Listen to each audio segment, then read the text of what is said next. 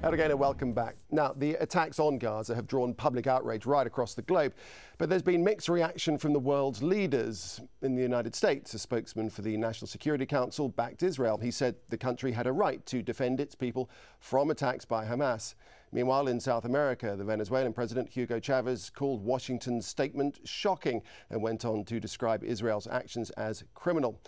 Now, President-elect Barack Obama has so far been silent about the airstrikes. And in the United Kingdom, the Foreign Secretary David Miliband called for an urgent ceasefire and immediate halt to all violence. Other European countries have followed suit, calling for an end to the conflict. But no country is yet to intervene, leaving the most vocal protests to be carried out on the streets.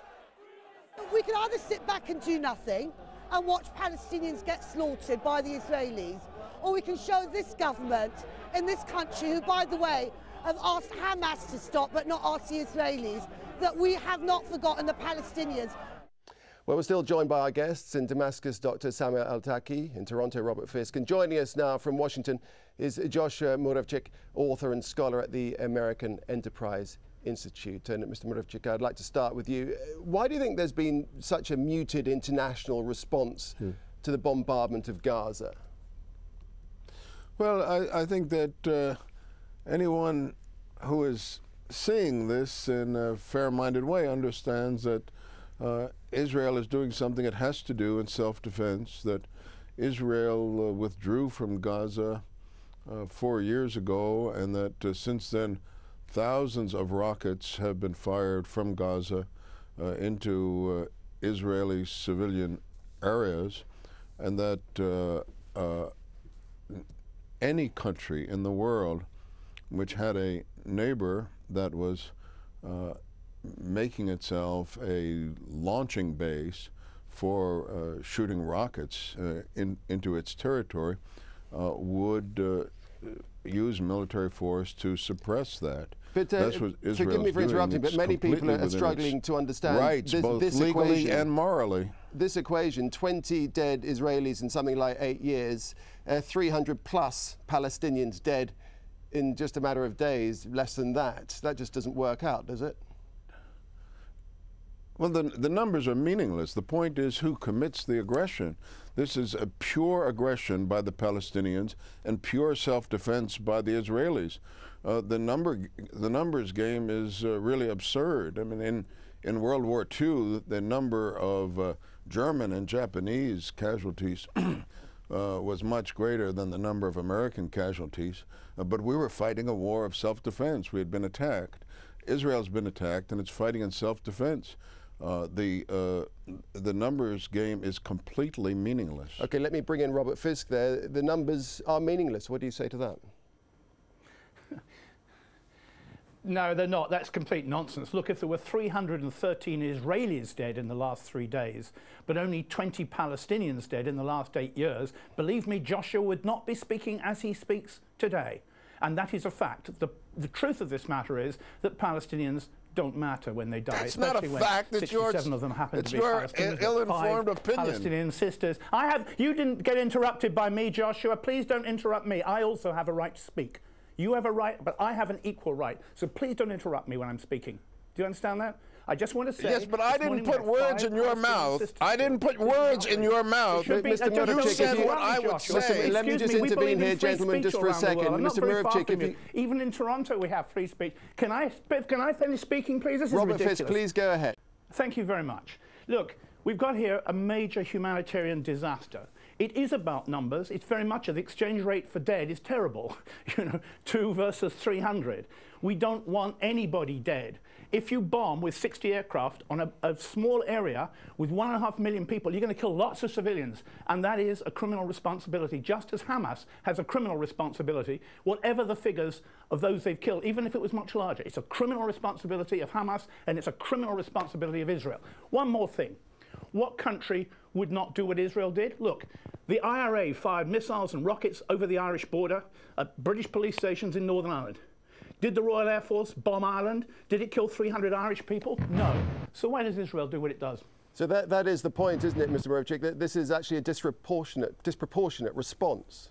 It's nonsense to say it's a disproportionate response.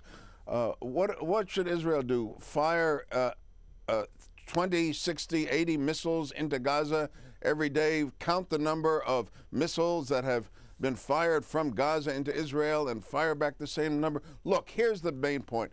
Israel withdrew from Gaza 4 years ago with the aim of letting the Gazans live a normal life, an independent life, to plant the seeds of an independent Palestinian state. Instead, these totalitarian thugs took over Gaza.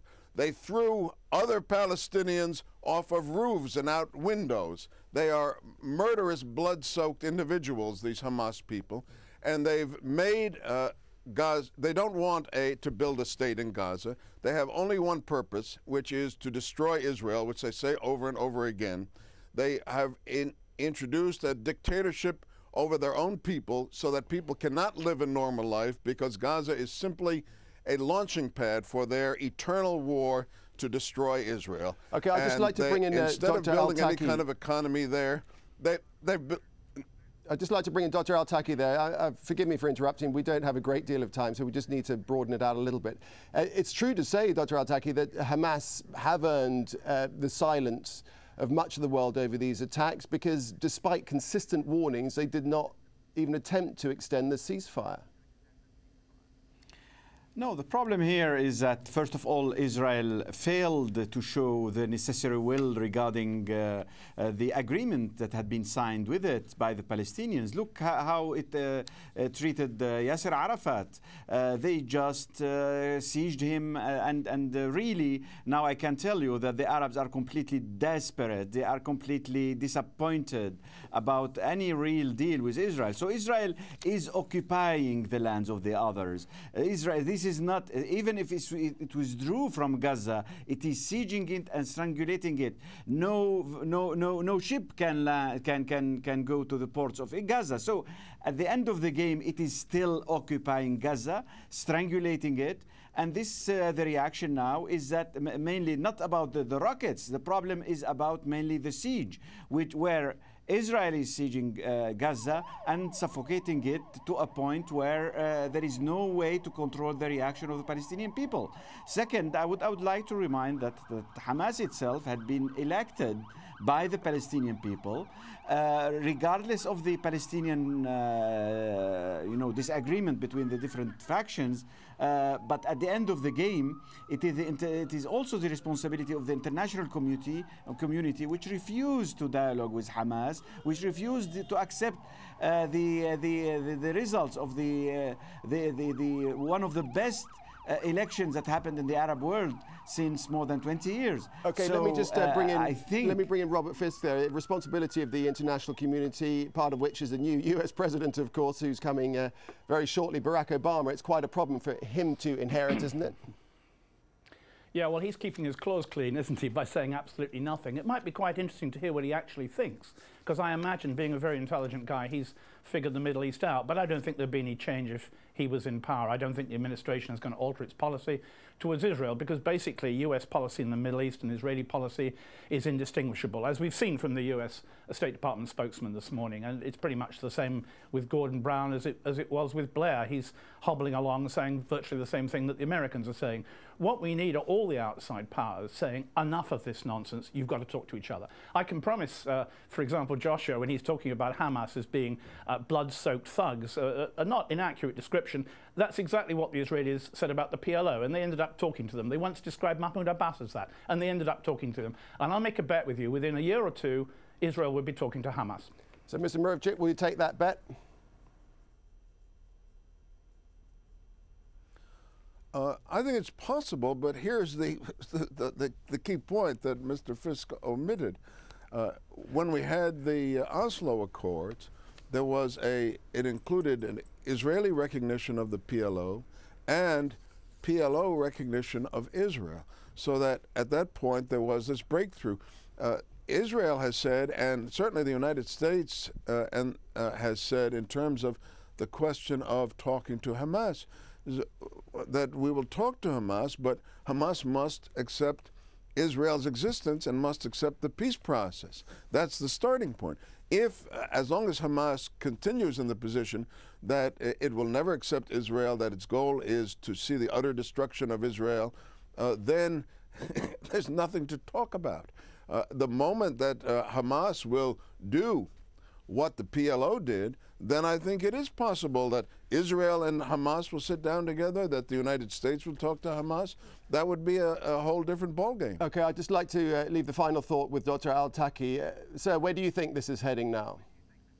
I think that it will take really a bit of time. The mood in the Arab world is changing. There is this feeling of disappointment, complete disappointment about any peace agreement with Israel, any peace attempt with Israel, and especially after the war on Lebanon, there is a high mood about the potentials of resistance. So at the end of the game, I think the Arab allies of Israel will be facing huge pressures, and I think it will take really a bit of time now. I don't see a nearby breakthrough in regarding the truce between, and especially that Hamas is now linking this truce to the lift of the siege itself. Okay, we'll have to leave it there. That's all we have time for. Dr. Al-Taki, Joshua Murevchik, and Robert Fisk, thank you all very much indeed. And thank you for watching this edition of Inside Story. We are, of course, keen to have your views, your comments, and your suggestions. Please feel free to email them to us at insidestory@aljazeera.net. For now, it's goodbye.